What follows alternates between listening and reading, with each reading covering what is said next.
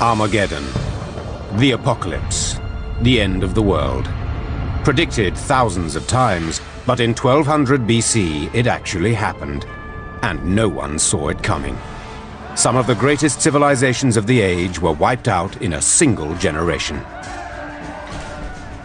Everything comes crashing down. What happened at the end of the 13th century is still a mystery. This was the disaster recorded in Homer's Iliad and Odyssey and in the books of Joshua and Judges in the Old Testament. But what caused this epic destruction? Is it human? Is it Mother Nature? It is a debate that has raged for decades. But new archaeological evidence found among ancient ruins on mountaintops may finally shed light on the source of this ancient cataclysm.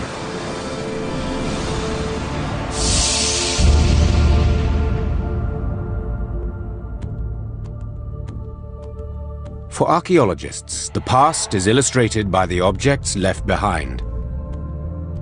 The treasures of Tutankhamun's tomb, the toppled towers of mighty Greek palaces at Knossos, and pottery and stone reliefs that depict both vast riches and endless warfare. This was the ancient world of 1300 BC, the Bronze Age, named after the metallurgy of its weapons. Stretching from Egypt to the Black Sea, the ancient world was an amalgam of disparate and powerful nations, dominated by kings and their armies.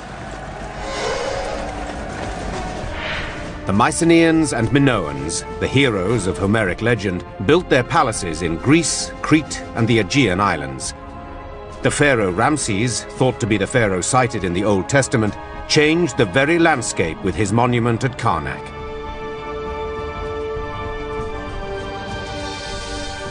The warring Hittites, biblical enemies of Egypt, dominated what is now Turkey and northern Syria, while the Canaanites, the merchants of the great trade route, controlled what was to become the Holy Land, Israel, Lebanon, and Jordan. It was a patchwork of many kingdoms, leagues apart, distinct in design and culture.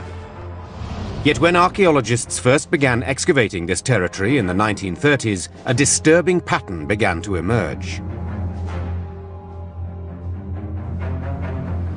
What we've got is a series of destructions. Most of the main cities, towns, palaces are destroyed for one reason or another.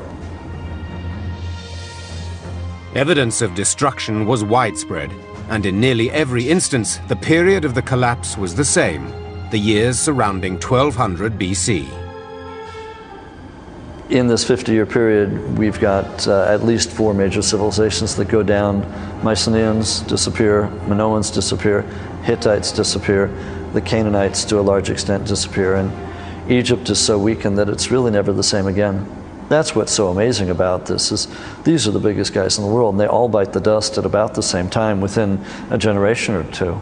The Ramessid period starts off very strong with some of the most spectacular building and just incredible wealth. And then there are little cracks in the whole fabric of the society. Economically, religion, you can just see things sort of going downhill.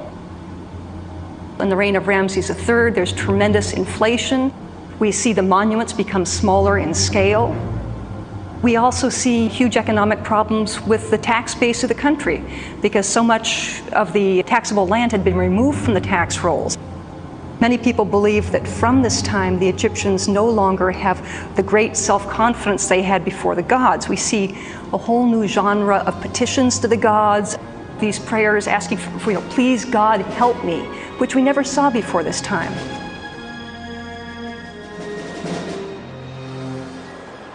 After a century of progress, which saw the development of the first alphabetic writing in Ugarit in 1300 and the first musical notation in Syria, the written record abruptly ended. What followed has become known, ominously, as the Dark Age. The Dark Ages in the Aegean and Eastern Mediterranean have 2 connotations. One is, for the ancients, they lost most of the hallmarks of civilization. It's called that in part because civilization, as we know it, disappears for a couple of hundred years.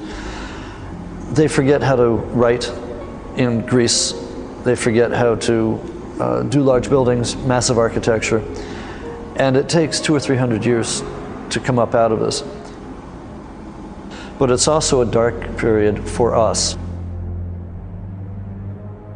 Without written records, archaeologists were baffled by the evidence of mass migrations throughout the ancient world, all dating to around 1200 BC. On the island of Crete, tradesmen and merchants poured out of the coastal settlements and pushed inland to the mountainous lands worked by farmers and shepherds. In the North Isthmus, the area right behind me here, it appears that there was almost no settlement at all, or perhaps a small scattering of small villages in the Mycenaean period. The population is very thin. By the 12th century, the population grows considerably. But where this population is coming from and why exactly is not entirely clear. The destruction in the cities they left behind is mute testimony that this was no peaceful exodus. It can be very difficult to determine the cause of a destruction. When you're digging, it's pretty obvious something's been destroyed. You've got fire, you've got ash, you've got burnt wood, you've got skeletons. But what actually caused the destruction? The answer may not lie in the rubble of these palaces, but in the mountains high above them. One archaeologist has dedicated his life to following the clues, rediscovering the ancient pathways that lead up the sheer cliffs of the Aegean. It is here that he follows in the footsteps of the survivors, hoping at last to discover how and why their world collapsed.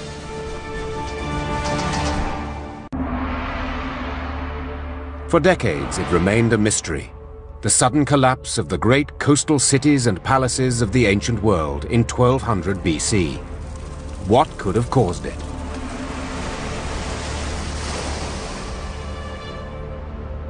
Most investigators dug for clues in the ruins of mighty cities.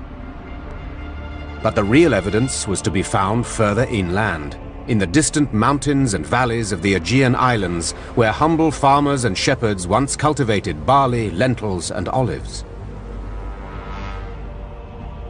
It first came to light in the summer of 1983, when Polish archaeologist Krzysztof Nowicki, then a 26-year-old student, first climbed the mountain of Karfi on the island of Crete.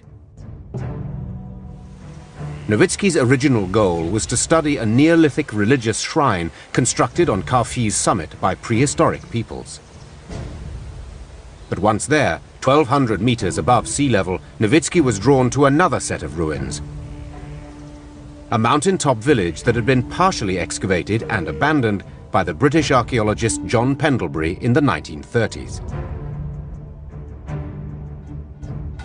Having experienced one of the frigid winters on top of Karfi, Pendlebury concluded it was merely a temporary or seasonal settlement. But to Nowicki, the ruins made of large blocks of stone suggested something else.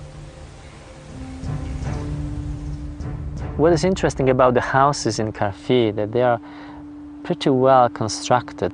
This way of construction suggests that these people were prepared to live in this village for a long time, and that these were their permanent houses.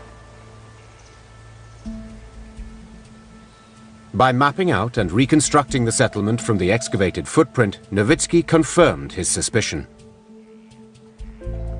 The excavation revealed at least 25 to 30 houses. At the moment, these remains are in a very bad state of preservation, but we still can trace the walls and we still can trace the rooms and particular individual houses. Karfi was a big village. It was not a small settlement. It was a village inhabited probably by 120 to 150 families, about 600 to 1,200 people. The reconstructed village, 1,100 meters above sea level, seemed strangely out of place. We should not expect a big village situated on this rock and on such altitude. Now, We are sitting in the sun, there is probably 35 degrees. But if we came here in the winter, it is a very, very windy, very cold place. It is not very pleasant to live here. Why would there be a permanent settlement so far above the usual sites on the lower hillsides and plains? We have to ask why people move to these places, why people build their houses in the places difficult to climb up, why they decided to move their families to these houses, why they moved their entire economic system up to these places, to the high mountains. Though Pendlebury had thought it an earlier site, Nowitzki's carbon dating of pottery and other artifacts placed it squarely in the time of the Bronze Age catastrophe, 1200 BC. Before 1200 BC, we still have people living close to the sea, on the plains, in the valleys. Shortly before 1200 BC, we see that many of these low-situated places were either destroyed or abandoned. The inevitable question was, what would force these populations to move from the coasts to the mountains? Nowitzki returned to the historical and archaeological record, but could find no consensus as to what had caused such sudden and dramatic changes. There are all kinds of crazy theories out there to explain the end of the late Bronze Age. Comets, volcanoes, aliens, you name it, people have said it. But most hypotheses revolved around the ever-present threat of natural disaster. One of the main suggestions has been drought, that there was a major drought across the entire Aegean and Eastern Mediterranean, and perhaps even up to Europe. And that starts tribes migrating. The level of the water of the Mediterranean had dropped significantly at the end of the late Bronze Age. Another possibility was the devastating earthquakes that regularly jolt the region. We've got a number of sites in the Aegean and Eastern Mediterranean destroyed by earthquake within a 50-year span at the end of the late Bronze Age. Mycenae is destroyed by earthquake. Troy 6 is destroyed by earthquake. Ugarit may be destroyed by an earthquake. Megiddo in Israel may be destroyed by an earthquake. The problem with saying that a single earthquake destroyed all of these sites and brought the late Bronze Age to an end is that these sites are destroyed at different times during the 50-year period. Though the timing of the earthquakes differs, they could still be related. There is something that geophysicists today call an earthquake sequence or an earthquake storm, in which an earthquake will not relieve all of the stress in a fault, but will simply release part of the stress. And so the next part in the fault will go a year later, 10 years later, and then the fault unzips from east to west or west to east or north to south. And we eventually get what's called an earthquake sequence or an earthquake storm. And these last between 30 and 60 years. Many of the cities that are destroyed by earthquakes are either on a fault line or in a seismically active zone. In fact, if you lay a map of the sites that are destroyed at the end of the late Bronze Age by earthquake on top of a map of seismically active zones, they will correlate on very nearly a one-to-one basis. But the earthquake theory has always had its detractors. People recover from earthquakes fairly quickly. That's pretty much proven. Even repeated earthquakes. And to Nowitzki, no natural disaster could explain why a population should move to an even more precarious place. There's no way that people would move their village 1100 meters to the top of this rock. Why? Escaping from the earthquakes and living on the edge of the rock? We don't see the people running away from natural disasters. So it makes no sense. Nowitzki believes that these unlikely and inhospitable heights are a place of last resort, a defensible refuge designed to offer protection not from nature, but from a human enemy. I mean, there is no reason to live on the ledges, hanging above the gorge or on the rocky knolls, other than a real threat from some other people. If Nowitzki's theory about the Aegean apocalypse is correct, there should be dozens of refuge sites waiting to be discovered in the high mountains of Crete, hidden settlements unseen for generations. If he can find them, they could reveal details of a life and death struggle between the survivors who subsisted at these impossible heights and the enemy that drove them there.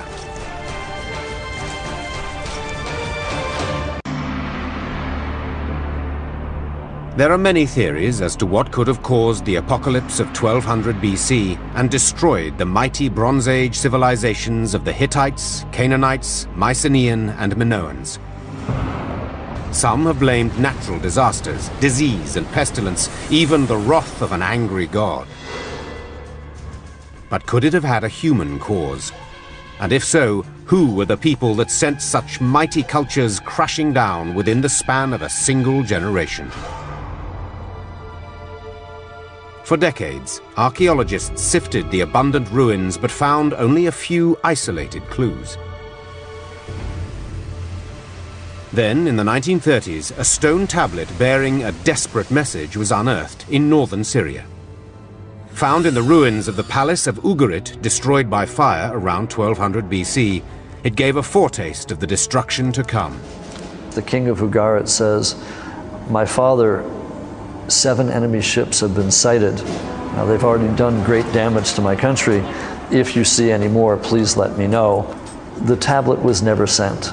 It was found in the kiln, ready to be fired, when obviously the enemy ships came back and destroyed the town. Who was this enemy that came from the sea? Only one culture, Egypt, survived the collapse of the Bronze Age to give them a name. Ancient hieroglyphics tell of a terrifying foe, the warriors known only as the Sea Peoples. We get all of our details about what the Sea Peoples look like and their mode of transportation from the Egyptians. In addition to the texts that the Egyptians put up on their walls, they also put up pictorial scenes. And so they actually show us what the Sea Peoples look like. We can see the type of helmets they wear, the type of headdresses they wear. We can see them moving in ox carts, in some cases with their families, wives and children and possessions. This was a mass movement that was affecting all the ancient cultures of the Eastern Mediterranean. And this was something that had never happened before. Every single culture in that area, even the ones as well established and as powerful as Egyptians, were being really shaken by this movement of the Sea People. Because part of it is they were coming not only to attack, but to settle. This is what archaeologist Krzysztof Nowitzki had envisioned when he first looked at the ruins high on Carfi. A desperate people, the shepherds and farmers of the valleys driven into the mountains they knew so well. But could he prove that Carfi was no anomaly, simply one example in the systematic evacuation of an entire people?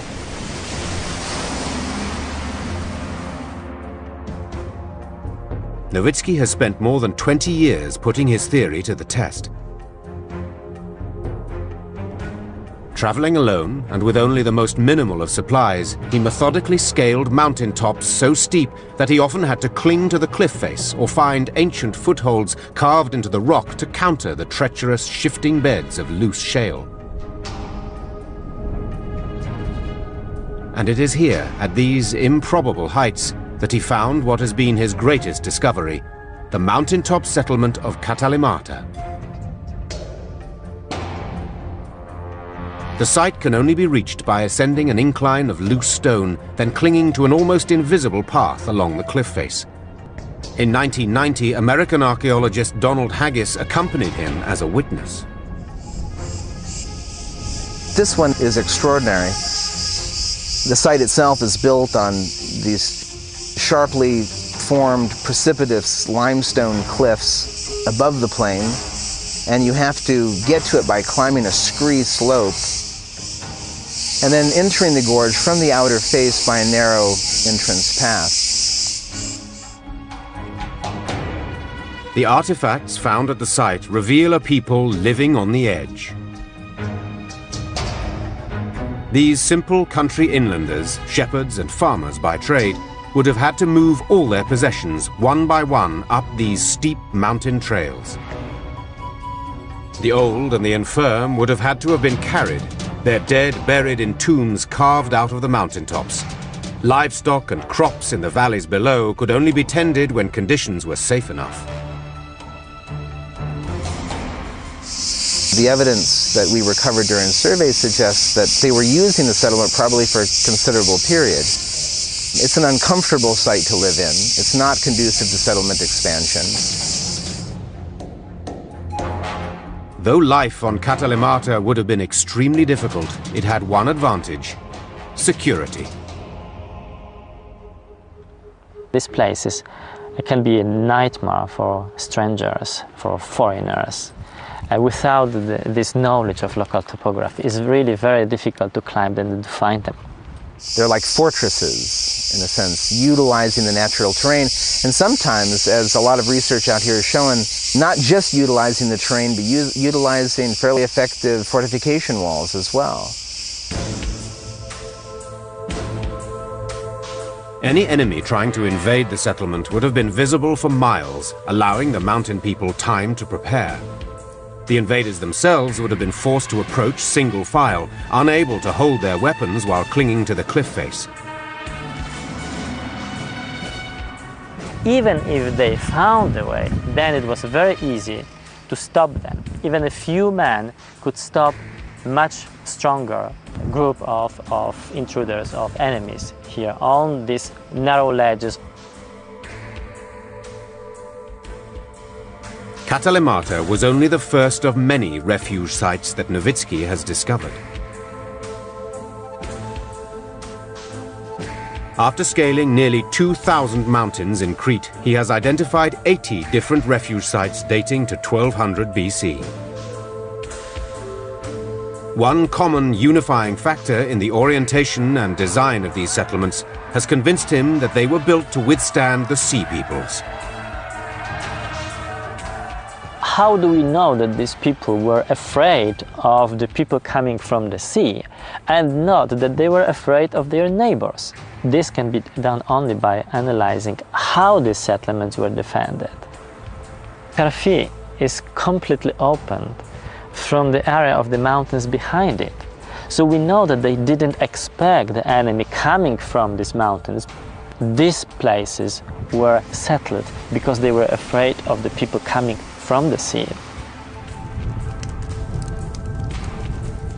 The influx of these sea peoples was to change the face of the ancient world.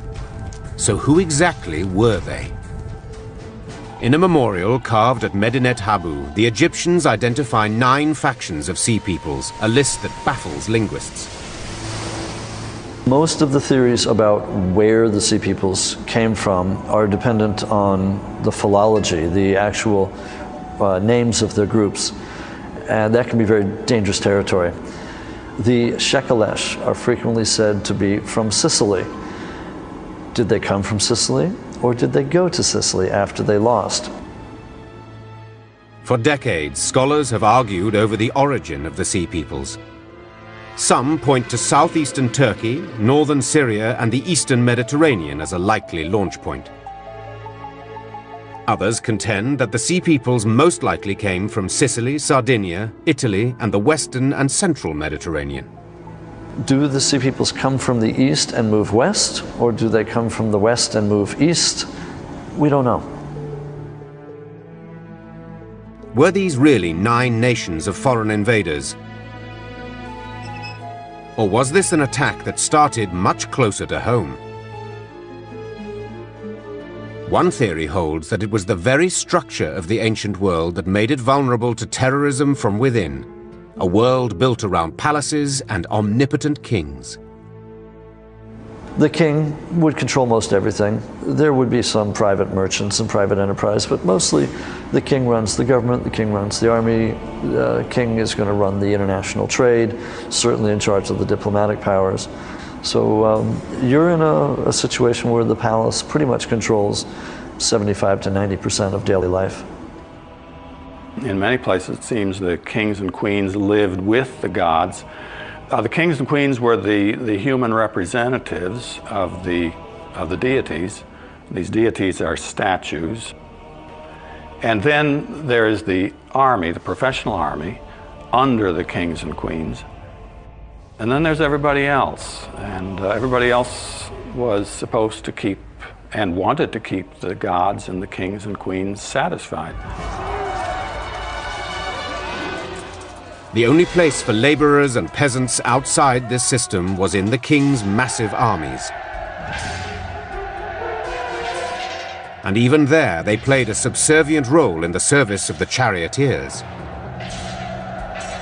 The typical battle in the late Bronze Age seems to have been the charge of two chariotries against each other. Each chariotry might be numbered in the hundreds or possibly the thousands. And the chariot crew was heavily armored, and that was the main weapon, the composite bow. And so the fighting was mostly at long range. But of course, after they'd hit a target and brought an opposing chariot to a stop, then somebody had to go and finish off that crew. And that's where these so-called runners came in, the barbarians who were hired to act as cleanup crews in a chariot battle. These anonymous groups of hired mercenaries were recruited from the poorest parts of the ancient world. The tablets that we have make it very clear that the palaces took very good care of the charioteers. They knew every charioteer by name, and these people seem to have been an elite. The runners seem to have been counted rather than named. They have so many hired from here and hired from there. There was a real difference in the social class of these people. As long as there was conflict, there was a place for these foot soldiers. But in the years leading up to the Great Collapse, there was an unprecedented period of peace. The country was more or less at peace because of the great treaty between the Hittites and Ramses II. It would be the equivalent of after World War I or after World War II, with the various powers signing a peace treaty. This effectively brought an end to warfare between two of the greatest powers of the day, and we get half a century or so of peace. It certainly was one of the true high points of the ancient world. And then it all comes crashing down. Did the fact that there was little employment for these lower-class runners lead to an uprising? Or were these out-of-work warriors recruited by an outside enemy? And these warriors, now without the central authority, were either on their own or they were under the supervision of these local chieftains. They could do whatever they wanted. Nobody could catch them. The Egyptian record suggests it was a changing coalition that raided the power centers of the ancient world for over 50 years. We've got indications in the Egyptian records themselves that there were successive waves of sea peoples. Almost certainly there's a change in the makeup of the group between the first and the second invasion. They're definitely working together as a coalition, but I don't think that they began that way. What we're seeing is the end result. It's the final wave that's washing up against Egypt. And as the Egyptian reliefs show, the so-called sea peoples were armed in much the same way as the native chariot runners. They were not heavily armored. In fact, any kind of armor would have slowed them down and probably made them less effective on the battlefield. And so they carried small round shields with leather over a wooden frame. And they wore a helmet. I'm not sure whether the helmet was practical or not, but I think it had a good psychological effect on them. Though the exact origin of these warriors may never be identified, archaeologist Krzysztof Nowicki thinks he has found one of the flashpoints. At Kastri, on the coast of Crete, Nowicki has identified remnants of a settlement unlike the many inland refuge sites he has explored. On this relatively accessible hilltop are the remains of battlements that to Nowicki's eye suggest an experienced battle force. The people who lived here were not the normal farmers or shepherds. It's too dangerous. I mean, a small group of farmers couldn't defend it. Any invaders, any raiders would easily take this settlement. The topography of Kastri provides several strategic advantages, providing easy access to the coast of Crete, Italy, and nearby islands. We may estimate probably 2 or 3, 4 boats here, maybe about 50 to 100 or even 200 men, which was enough to invade, to raid the coastal places in Crete. If Nowicki is correct, the Sea Peoples were not the last to recognize the strategic advantages of Kastri. In the 1940s, this same hillside was taken by the Germans in their own attempt to dominate the island. But whereas the German troops were driven from these hills, the Sea Peoples overran Crete and the Aegean. The extent of destruction, especially in Anatolia, in central Greece, doesn't suggest to me a disorganized group. It suggests a rather efficient military machine. But whether this force represents outside invaders, disgruntled local warriors, or some combination of the two, the question remains the same.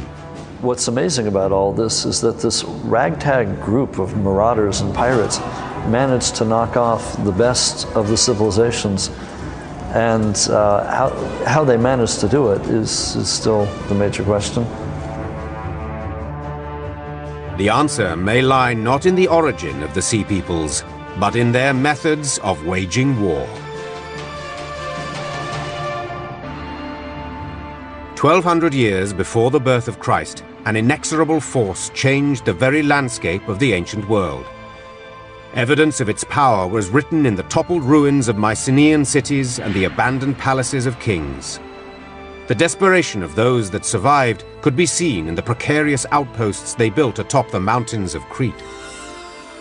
Mighty civilizations, from the Minoans to the Hittites, survived pestilence, famine, and earthquakes, only to fall to a human enemy, a mysterious force of barbarians called the Sea Peoples.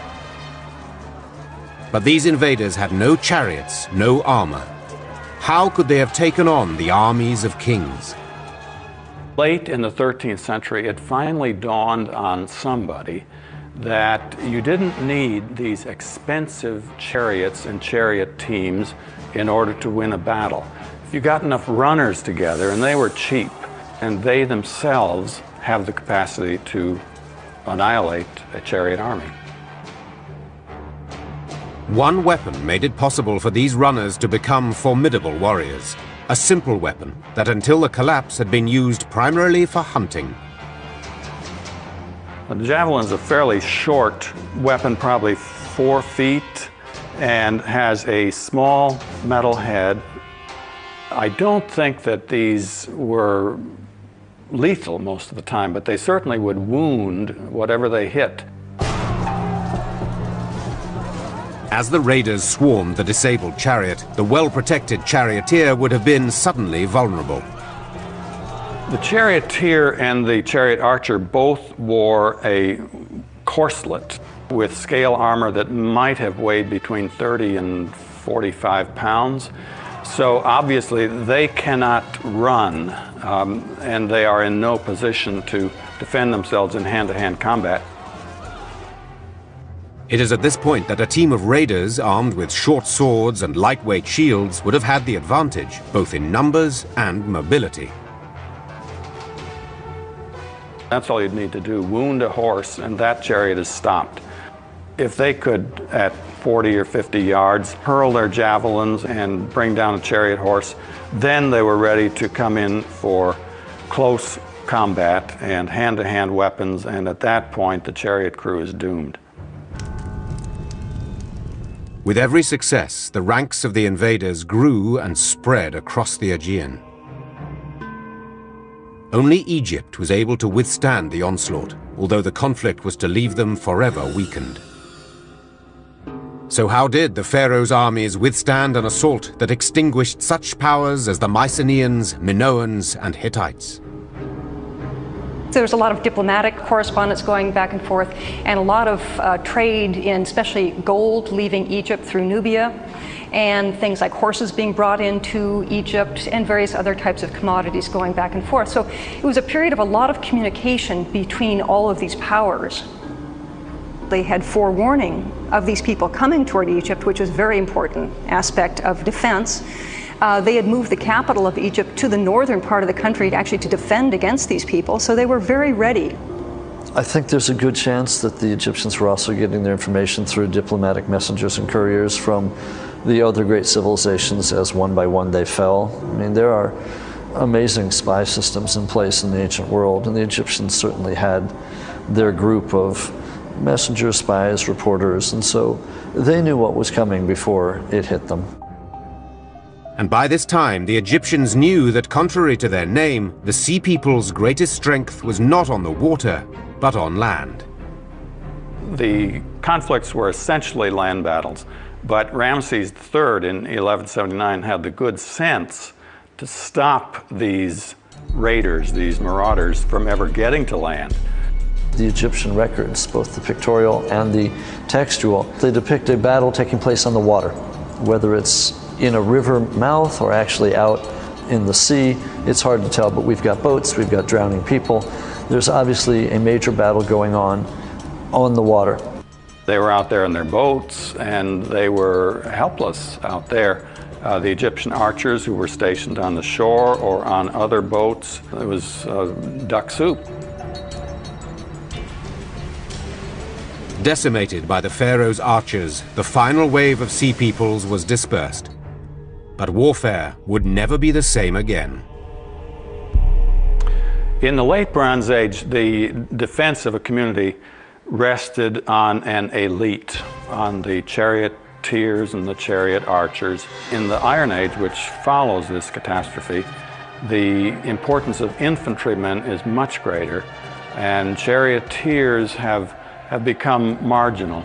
They continue to be used for flanking operations, but they are no longer the essence. The essence is in infantry.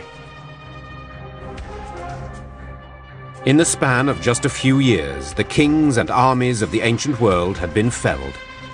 In their wake, a new populace rose up.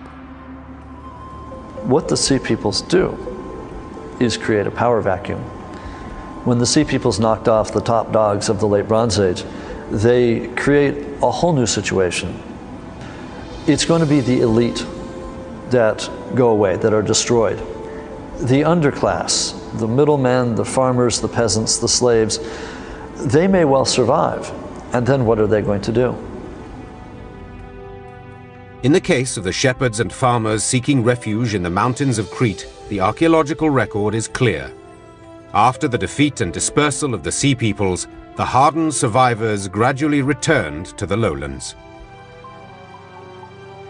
After 1200 BC, and as soon as the times became safer, people moved down to another ridge, which is about 1 kilometer, 1.5 kilometers from here, lower and closer to their fields. Never again would they feel the need to build settlements at such heights. But the final fate of the warriors known as the Sea Peoples may never be known.